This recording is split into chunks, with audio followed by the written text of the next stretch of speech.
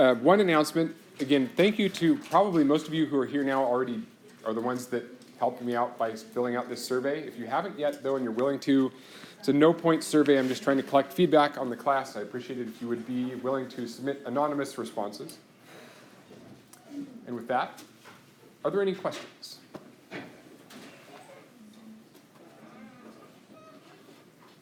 Any concerns anybody has? Okay. Plenty of time to answer questions later. So we're working off of the transcription initiation topic. This is the last day we're going to talk about this in next class, which is when? Wednesday. Don't come to class on Monday. No one will be here. Wednesday we'll start talking about transcription regulation, or not transcription regulation, splicing. Splicing, processing of messenger RNA molecules, then we move into translation. So we'll probably get through, for the next test, we'll probably get through the next topic, which is splicing and eukaryotic transcript processing.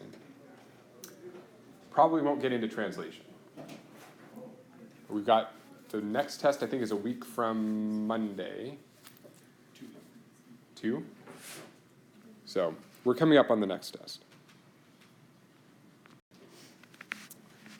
I wanted to start by recapping one of the points that was raised last class. Could we come up with a table where we have an example of both a DNA sequence that's necessary and sufficient for something, one that's necessary but not sufficient, and one that's sufficient but not necessary? And I reflected on it, and I agree that these three topics that we talked about last class are indeed examples of those three, the top three in this table, conditions. Where SRY, the male sex-determining gene in humans, is both required, it's necessary. If you don't have it, you don't become male. And it's also sufficient. If you take that gene and put it in an XX organism, that will initiate and carry out male sexual development. That's necessity and sufficiency. SOX9, we haven't really talked about, I mentioned briefly once. It's a gene that's also involved in male sex determination in humans, but it's not the regulator, it's not the top dog, if I may use some Fresno State language, of sex determination. SRY is the switch. It's the thing that presence or absence causes male sex determination. SOX9 is what geneticists say is called downstream. It's a gene that works after SRY turns on male sex determination. So it's necessary to become a male. It's still important to have this gene, but it isn't enough by itself to start male development. And that's why it's necessary but not sufficient. Then last class, finally, we got an example of a DNA sequence. This is not a gene, but it's a DNA sequence, which is really the important point, that is not necessary. So TATAAA is the maybe most optimal DNA sequence that TATA binding protein can bind and turn on transcription of any gene in eukaryotes. So the trait that we're worrying about here is transcription initiation by TATA binding protein in eukaryotes. You don't have to have this sequence to turn on transcription. We saw an example from a publication last class of some DNA sequences that could cause transcription, and they didn't have TATAAA. So it's not the only sequence that can initiate transcription, but it is one of the sequences that can initiate transcription, so it by itself would be sufficient to start transcription. And then to be complete, I figured I ought to put down that last category, which we haven't discussed yet, which is genes that are neither necessary nor sufficient. And that's pretty much everything else.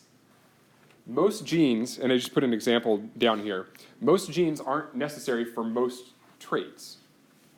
And I definitely challenge you to think of an exception, because I think we could have an argument about some genes. I'll ask you if you want to respond now, or if you just want to reflect, that's fine. Is there a gene, or are there a few genes you could think of that would be necessary for almost any trait you could think of?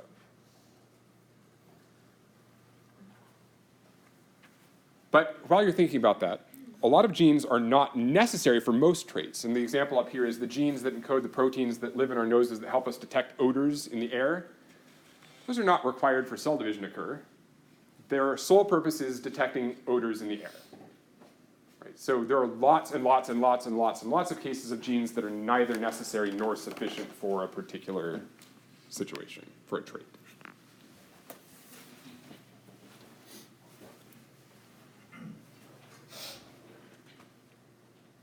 So necessity is pretty common. Sufficiency to do something is probably more rare. And you may have seen on Canvas today, I posted a lot of keys from some of the exercises on Google Classroom I posted over the last week or week and a half. This is also on Google Classroom now, but because I showed this exercise in class last time, I figured I'd show a screenshot of the answer key as a mechanism of summarizing how transcription factors work, in particular TATA binding protein. So what is the consensus sequence once you line up all of these different transcripts at the nucleotide where RNA polymerase starts transcription, the +1 nucleotide? This is what scientists did when they discovered the TATA box. The sequence that TATA binding protein binds, what is it? It's the consensus of all of the promoters of all of these different genes that scientists had sequenced from yeast. Lots of different types of genes. They took all the genes and they aligned them at the transcription start site, and they discovered that there's this common sequence that's about, I don't know if I did this exactly right here, it's about 20 base pairs upstream of the transcription start site. And that's where TATA binding protein binds and then positively interacts with RNA polymerase to recruit it to bind RNA polymerase, the enzyme, and bring it to the transcription start site where RNA polymerase starts transcription. And that, presumably, is why there's this relationship between where the consensus sequence for TATA binding protein is and where the +1 transcription start site is, because each of those proteins is a particular size. So if TATA binding protein always binds in exactly the same spot, regardless of which gene you're talking about, then RNA polymerase will repeatedly be placed by TATA binding protein at the same spot on the chromosome to start transcription. That's not to say that transcription start sites might change slightly, 1 or 2 base pairs to the right, 1 or 2 base pairs to the left, but in general, TATA binding protein places RNA polymerase pretty precisely. So there's nothing, in other words, there's nothing about the transcription start site that would let you identify it. There's no sequence motif, there's no particular DNA sequence over here that would tell you in advance, oh, that's where transcription would probably start. What suggests where transcription starts, in our case, is the location of the TATA box, which is about 20 base pairs or so to the left of where transcription will start.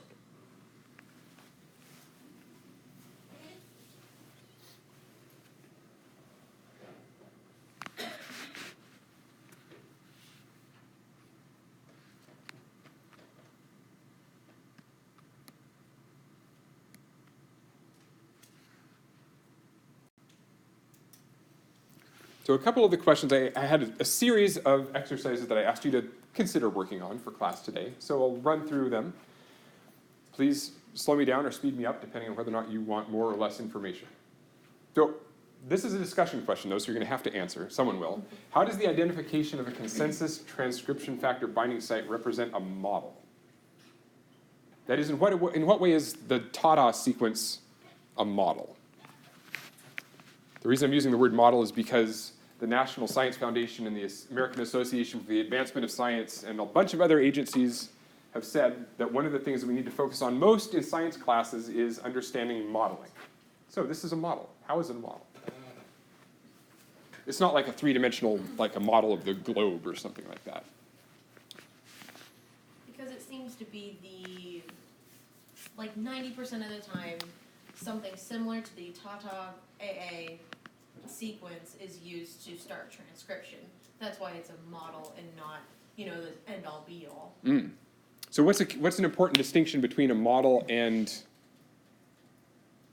Is it fair for me to say that a model is not the truth? A model is a representation of the truth? Yeah. A representation of the truth? So in what way does the TATA box represent the truth? I think that the important thing there is that by representing the truth, it sort of by definition then means that the model is not the truth in some way. Right? A model is usually simplified a little bit based compared to the data that it's modeling. Representation of the Earth as a globe is misleading in so many ways, including its size. So in what way is the Tata box misleading?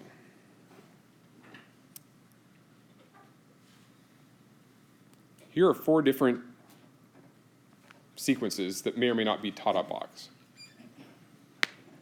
So I'll ask you to identify the consensus sequence of those 4. Yeah, I know you're bored with consensus sequences at this point, or were weeks ago. But what is the consensus sequence of this? Yeah. TA, TA, A, A. Because there's T, A, TA. So there are a lot of T's, a lot of A's, a lot of T's, a lot of A's, mostly A's, mostly A's.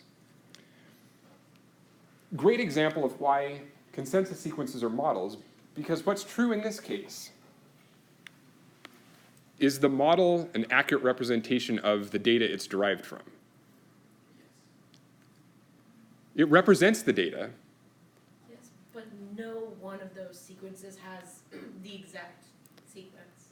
Right. That's the key here, is that none of those 4 sequences is TATAAA.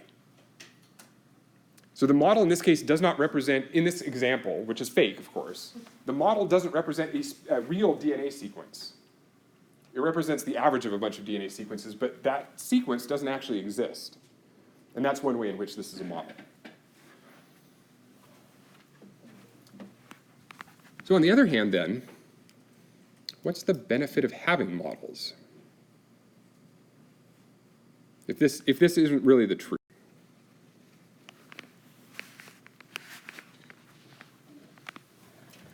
It's easier to teach and understand.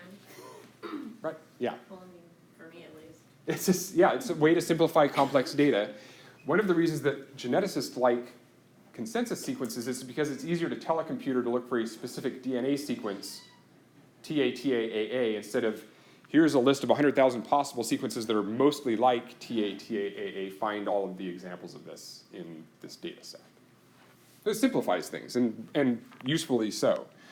So hopefully as all of you grow as scientists, you'll begin to appreciate, especially in the last couple of years of undergraduate and maybe beyond if you decide to pursue careers in science, when it's appropriate to use models and when not, or what the limitations of the models are.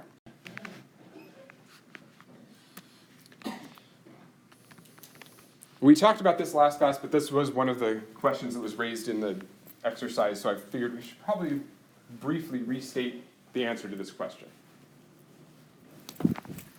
What happens if there's a mutation in the binding site of a transcription factor that changes that DNA sequence? Will the protein bind more frequently or less frequently? Less frequency. Probably less, well, although that would be interesting because you might mutate it and discover it bound more. You could, but you would predict, based on everything we've learned so far, I hope you would predict that it would decrease transcription factor binding, and that would have an effect on transcription. What would it do to transcription? If the transcription factor binds less, then you would expect to have decreased transcription.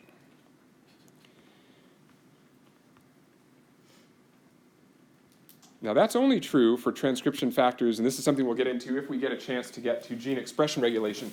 This is only true for transcription factors that have a positive effect on transcription. That is, these transcription factors like Tata binding protein that help bring RNA polymerase to the gene.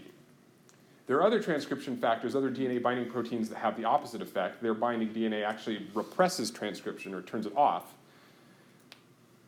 So hopefully we'll get there in a couple weeks.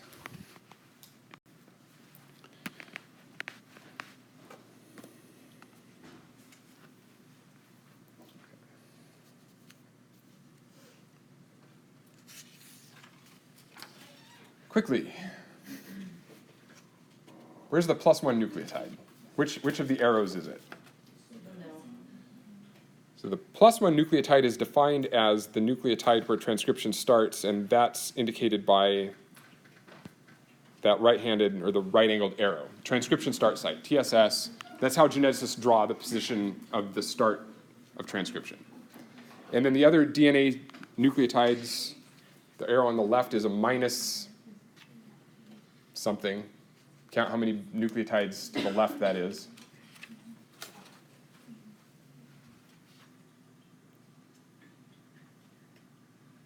I get minus 10.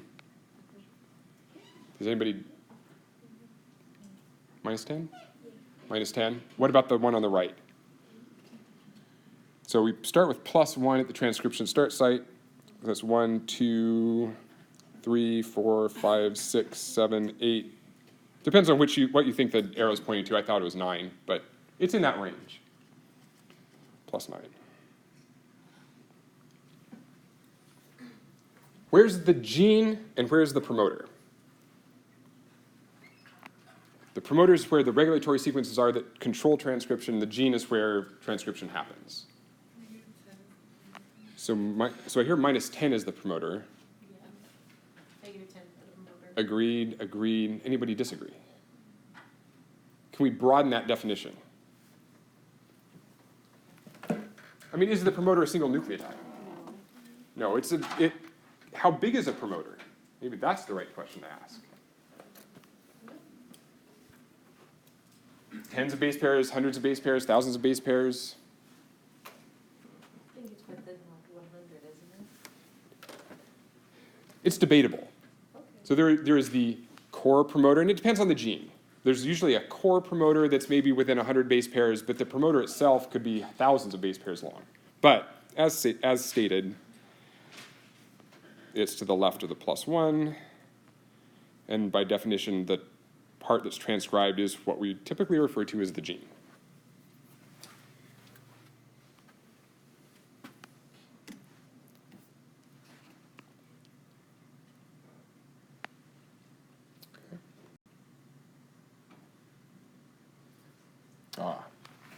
So, there was another BLAST exercise and related to interpretation of BLAST results and identifying more information about genes and using accession numbers. So, I think one of the first questions was, what's the gene associated with this particular accession number, NM002299.3?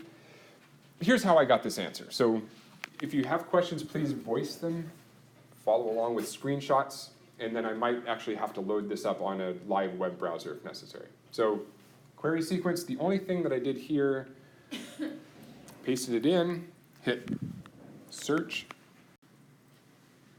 Right, so the questions we're going to look for: what kind of molecule and sequence, what's the name of the gene, what species is it from, and where in the genome is the gene found.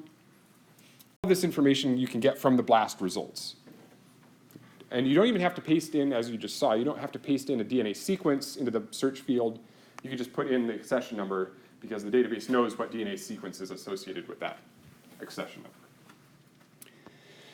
And before we go looking at the results of BLAST, which are almost entirely pairwise sequence alignments. It's the alignments, as we've looked at briefly before, of the query sequence, which is your input, sequence, the sequence you're searching for, and the subject sequence, which is its match. And there are usually multiple matches because the database, as we talked before, is millions of sequences, trillions of nucleotides. So the subject sequences are the results, the matches of your query sequence.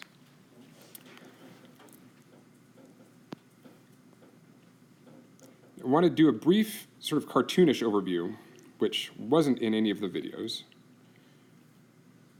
of a diagram of a query sequence. Again, this is meant to represent a chromosome, horizontal line. So we've got a single-stranded sequence, the query sequence, and we're going to see how and where this cartoon query sequence matches the subject. And there are a lot of different ways that matches can happen. So let's imagine that the query sequence is 20 nucleotides long. I'm not going to write out the actual DNA sequences. You can invent some for yourself if you want to. Though it's possible, for example, and then the subject is going to go from position 1 to, let's say it's 1,000 nucleotides long. So whatever entry in the database is this subject sequence, it's got 1,000 nucleotides.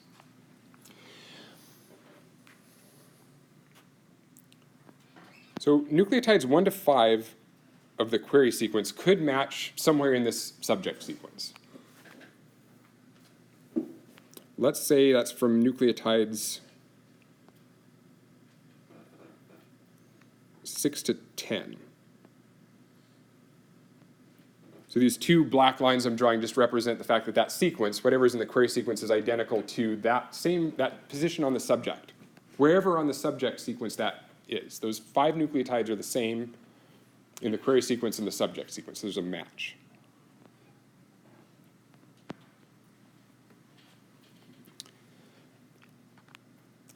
That same sequence of DNA, those 5 nucleotides, how many times can they be found in the subject sequence?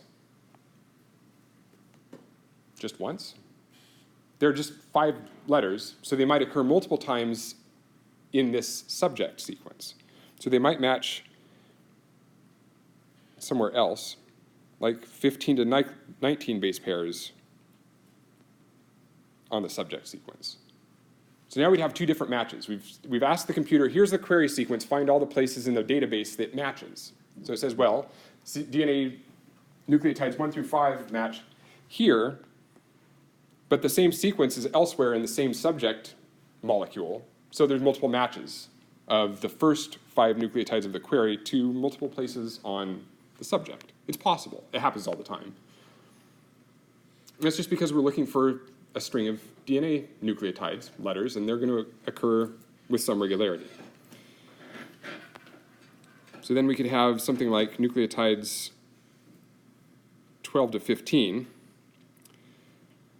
They might be a blast match to nucleotides 24 to 27 of the query sequence. And last addition for now, let's see nucleotides 16 to 18 match nucleotides 888 to, I guess that has to go to 890 because it's only 3 nucleotides.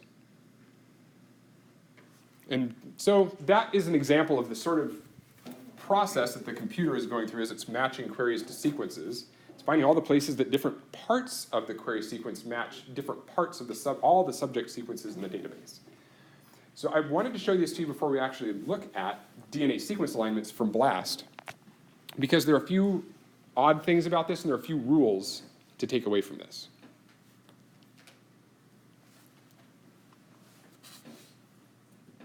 So what's one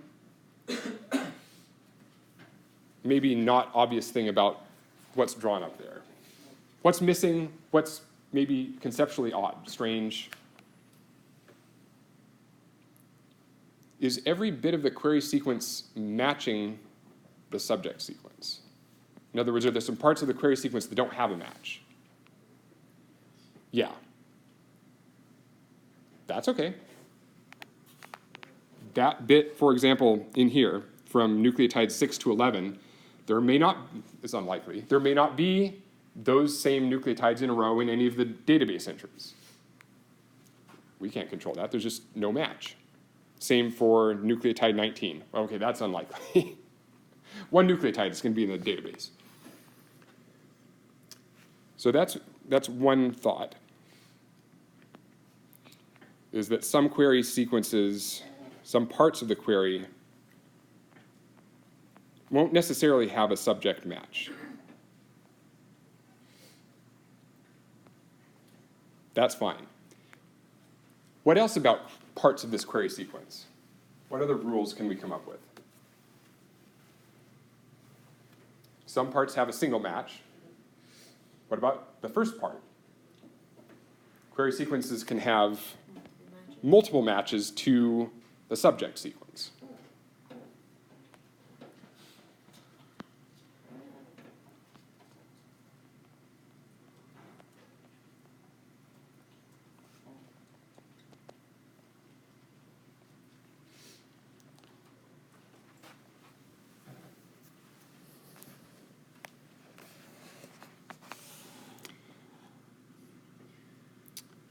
There's another thing that is not drawn up here that I also want you to know, that the matches don't necessarily have to be in order. Up here, they're all drawn in order, where this first sequence on the left side of the query matches bits of the subject sequence that are on the left, and from there, the matches go in order from left to right. That also does not necessarily have to happen.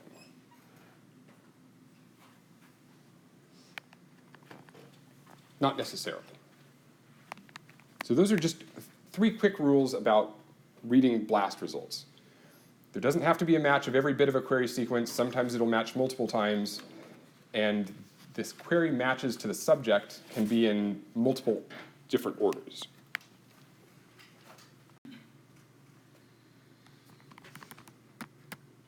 So to address this question, I just put the accession number in the BLAST search field, hit search. And in this case, the top hit is to human lactase messenger RNA. That's the gene. Lactase. It's the gene that helps those of us that are lactose tolerant be lactose tolerant, not have our guts freak out when we eat cheese or ice cream. And then down at the bottom, so this is interesting, maybe, transcripts. So these are messenger RNA molecules, which is what we're talking about now, the initiation of transcription and the production of messenger RNA molecules. And then there's a separate section down here that says genomic sequences. I point that out because an exercise to work on for next time is going to ask you not to focus on the very top BLAST result, whatever the first thing you read is, because that's not necessarily always the right answer to the question. Sometimes you want to look at genomic sequence. And this is where you find out what about this query sequence. What new information is on that line? It was one of the questions. What's the red arrow pointing to? What species is this sequence from? Human, Homo sapiens. So whatever that accession number was, we find out by blasting it. You can do other things to it too. You don't have to blast it. You can just Google search that accession number. It will tell you what the gene is. But by blasting it, we can find matches to different sequences in this database. So far we've answered what's the gene? Oh, and what type of molecule is it? That was another question. DNA. Yeah, I drew over it. This accession number is a messenger RNA molecule, and I'm doing this all for a very specific reason, because we're heading into next week, not Monday, Wednesday, talking about RNA processing, and this whole exercise for the rest of the class is meant to lead you into, hopefully, a better understanding of how RNA processing works. So it's important that we look, and the important point here is we're comparing a messenger RNA molecule to genomic DNA sequence.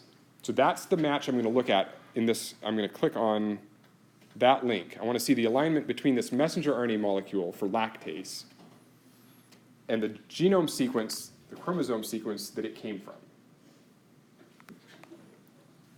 In other words, the query is messenger RNA, and the subject sequence is chromosome.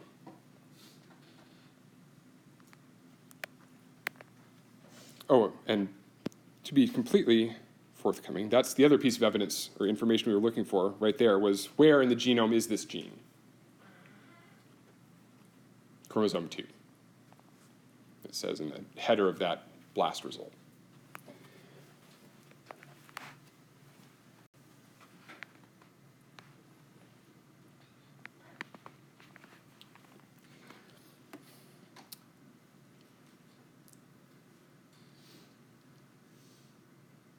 I find screenshots particularly non-dynamic. I hope you agree. So I'm going to try to do something that I've never done before, which is to try to talk about what's on the slide so it gets recorded, but to show you in real time what's happening on the screen. So I've already said this is what I did to get those data. I just typed or pasted that accession number into the query. We can search NR, but I'm going to search human genomic and transcription. Oh, let's leave it with NR database. Blast. So this bit is not being recorded, but we've done this before in class, so I hope that's okay. It's going to search for a little bit. And come up with a list of alignments.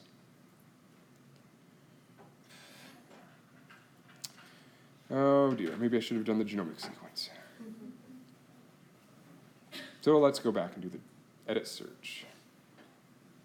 So what I'm looking for is that genomic sequence alignment that I showed you in that screenshot. So I'm going to search the human genomic database with the same accession number.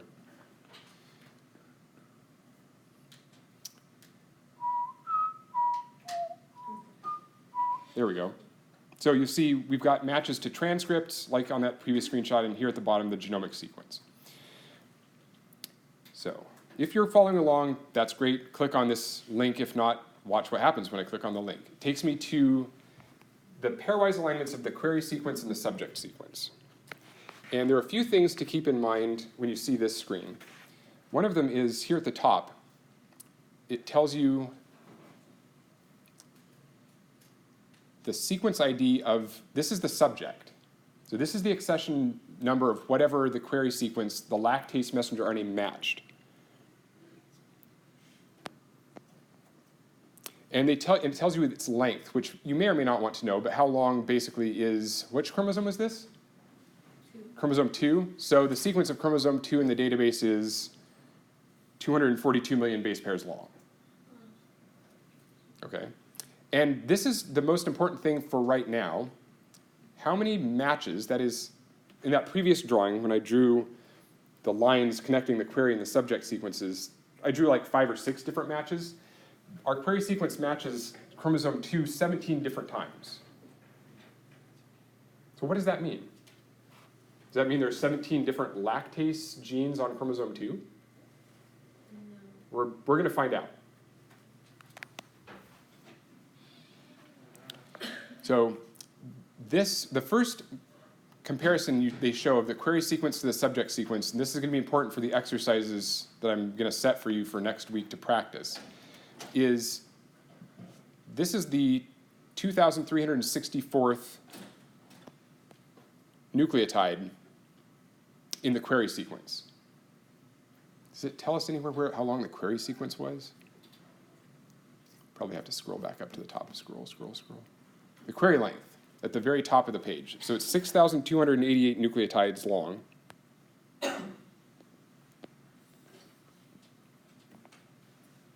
So that's the length of that messenger RNA molecule.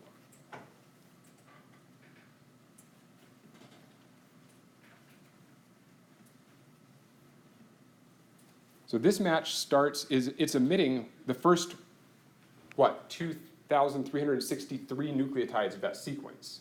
So this match is starting at the 2,364th nucleotide of the lactase messenger RNA, and at whatever nucleotide coordinate that is on the chromosome. 135,809,994 nucleotides. So that gives you a rough estimate of where on the chromosome 2 this messenger RNA molecule is located.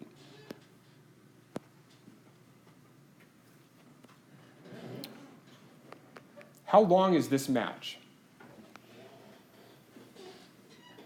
How many nucleotides are from the query sequence are located at this part of chromosome 2? 135 million. We've seen percent identity before. So here's the length of that match. It's 1,552 base pairs, 100% identity, which means the messenger RNA molecule is a perfect DNA sequence match against the subject. And if we scroll down, we see that the query sequence matches from 2,364 nucleotides to whatever's down here at the bottom, 3,915 nucleotides. So that's the length of that one bit of alignment between part of the messenger RNA molecule and part of chromosome 2. And how long was that messenger RNA again? 3,000 something? 6,000 something?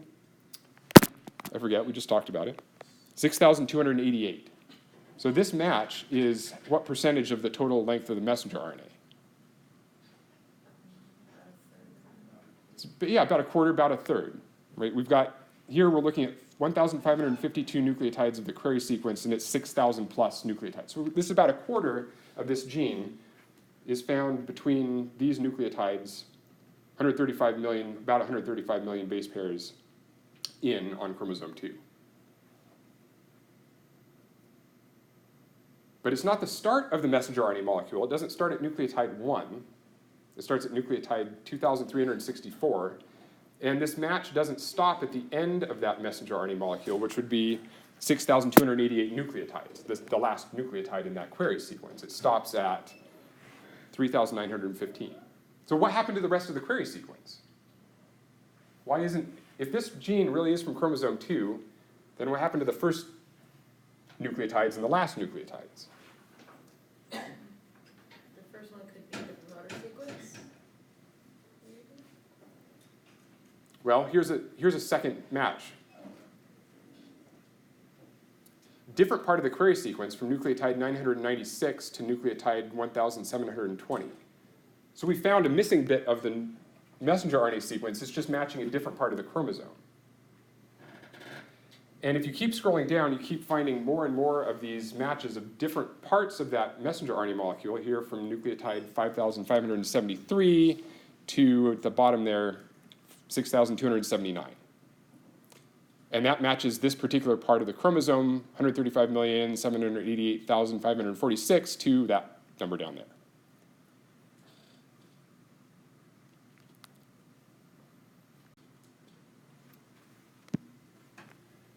To be a little bit more graphic about this, what's happening is exactly what was drawn earlier. We have the query sequence. We have a really long subject sequence. And what's happening is parts of the query sequence are matching parts of the subject sequence. But the first match might be that part of the query sequence. The second part of the second match, as we scroll down, might be that bit on the left. The third match that we were shown might be there.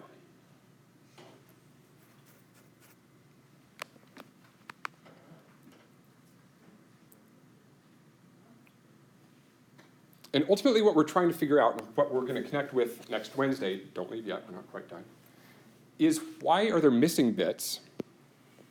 Why are parts of the query sequence, or are parts of the query sequence not matching the subject? Or are there parts of the subject that don't have a match in the query sequence? Remember, what kind of molecule was this query? Messenger RNA, DNA, or protein? This is a messenger RNA query. And the subject sequence is chromosome 2. So that's DNA. So it's all, yes, it's all very confusing. It's weird. There are lots of different matches from the one query sequence to different parts of chromosome 2. It's not supposed to be confusing, but it's supposed to seem confusing right now because it is. But what we're going to try to work on over the next class or two is trying to clear up why this is weird and actually begin to really understand what those BLAST alignment screens mean. What web pages, not screens.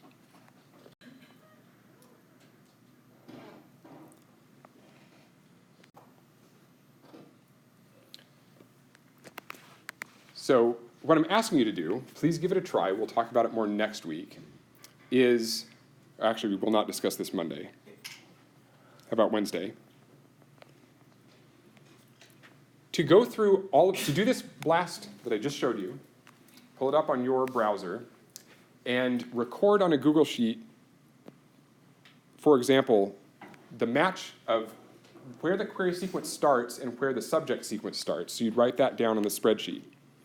And the same for the ending coordinates for that one match. In this case, that's actually not nucleotides 11 and 13.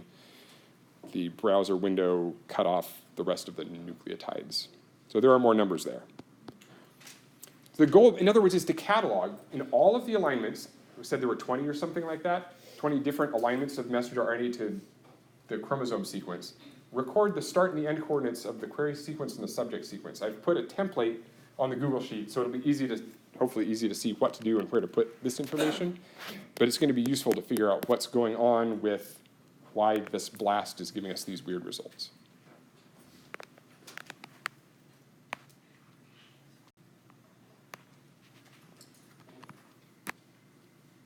So we already went over all of this. The messenger RNA molecule, it was the lactase messenger RNA. It was from human, and it's located on chromosome 2. And that was all just based on blast. You don't even have to blast it. Like I said, if you have the accession number to this messenger RNA, you could just type that into a Google search, and the first hit will almost certainly be the NCBI database record for that gene, whatever it is. We'll give you all that information.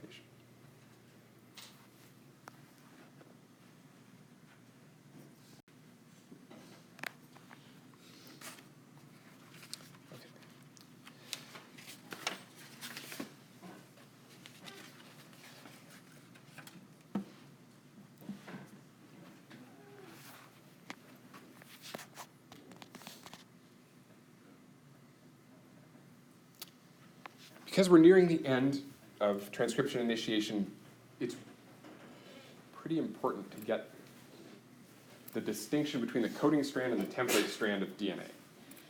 Bless you. So which direction does RNA polymerase move along DNA, and which direction does it synthesize DNA? Doesn't it move 3 to 5? Well, so I've heard 5 to 3 and 3 to 5, and those are the two options. So thank you. So we've got two anti-parallel DNA strands. They've been unwound. Where should we put RNA polymerase? Doesn't matter to me. The middle of which strand, top or bottom? Top. I heard bottom first. So the middle of the bottom strand. Sorry. Not everybody can be a winner. At least not today. Everyone can in your lifetimes. Everybody gets a gold star for most improved.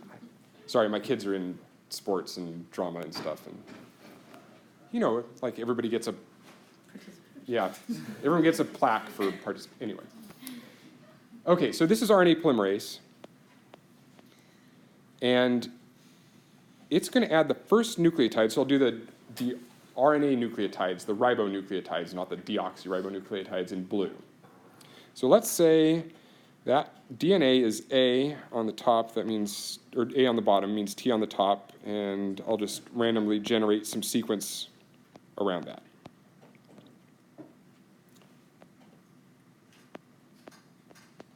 Okay, so let's say that the +1 nucleotide is that A that I just circled.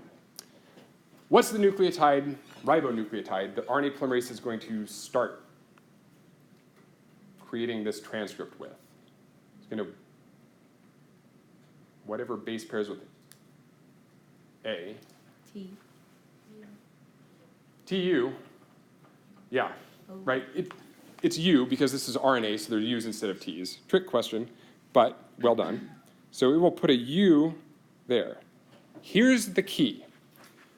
What's the polarity? We're not usually, at least I don't think in this class, I'm not used to thinking about single nucleotides as having polarity, but they do, because every nucleotide has a 5' carbon and a 3' carbon.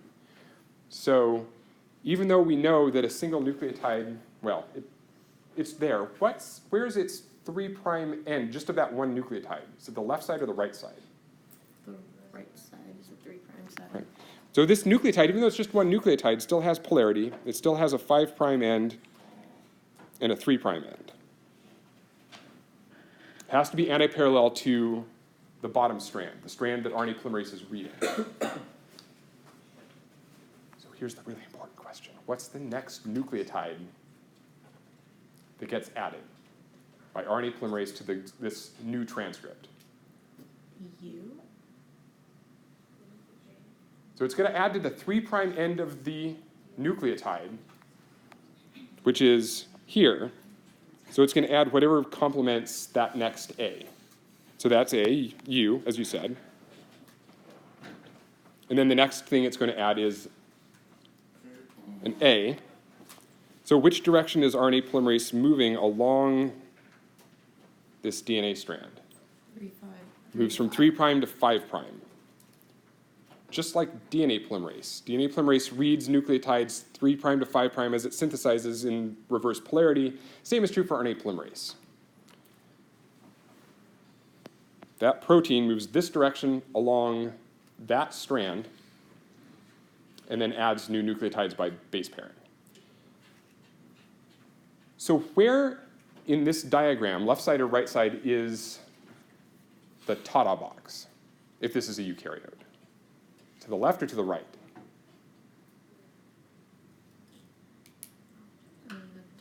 Where's the gene? The gene is on the 5' end. The gene is what RNA polymerase is going to be transcribing. So from the +1 nucleotide this direction is the gene, which means that over here is the promoter, and that's where the TATA box would be, somewhere to the left.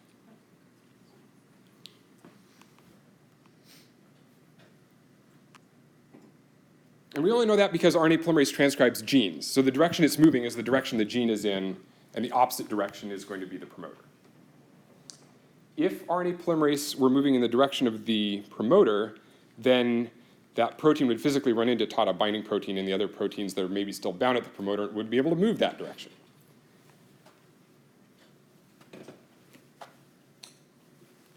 So, vocabulary. One of these strands is the template strand, and one of these strands is the coding strand, and it's important vocabulary to know. How we know which one is which. So which one's the template strand? The bottom black. The template strand is the template. It's the one that RNA polymerase is bound to and using as a template for synthesizing RNA. And then by process of elimination, you fantastic test takers, you know that the top strand is the coding strand. Why is it called the coding strand?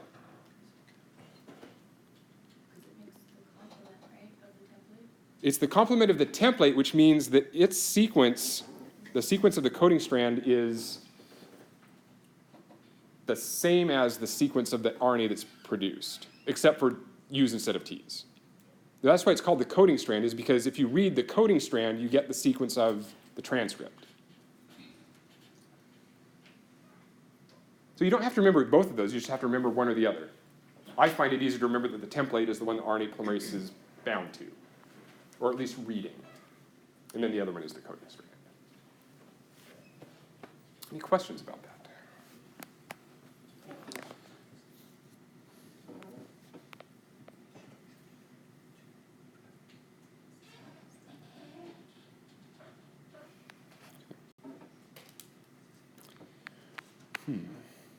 I think we can skip that until next class, but then we can skip everything else. Let me make sure we've talked about all these transcription initiation vocabulary items. We haven't really dealt with the concept of expression, but we'll deal with that when we get to the gene expression regulation topic. We've talked just about template and coding strand. We've talked about promoters, transcription start sites. Didn't talk about sigma factor. Try to get to that one later. It won't be on the test since we didn't talk about it. And TATA binding protein and general transcription factors. TATA binding protein, in case I didn't cover it, is one of many general transcription factors. There are lots of different proteins that are called general transcription factors, in other words. And each of those is essential, that is, it's necessary for transcription.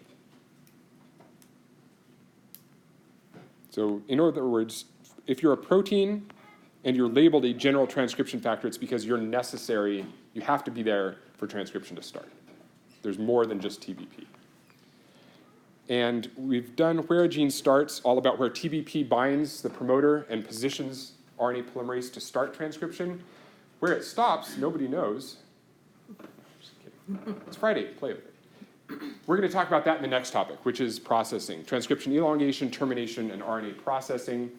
Likewise, when we start next class, we'll talk about compare and contrast. This is really important because it's often confused.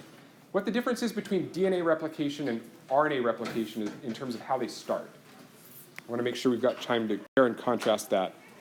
So please remember, There's a Canvas discussion board question on this so-called DNA fact due Sunday night, no class Monday, and I haven't put out the next course manual topic yet, the transcription or elongation and processing, but there are 2 videos already ready to watch. So if you'll watch those for Wednesday, I'd appreciate them. And some point over the weekend, I'll get the rest of the manual out. Have fantastic weekends, and I will see you next week.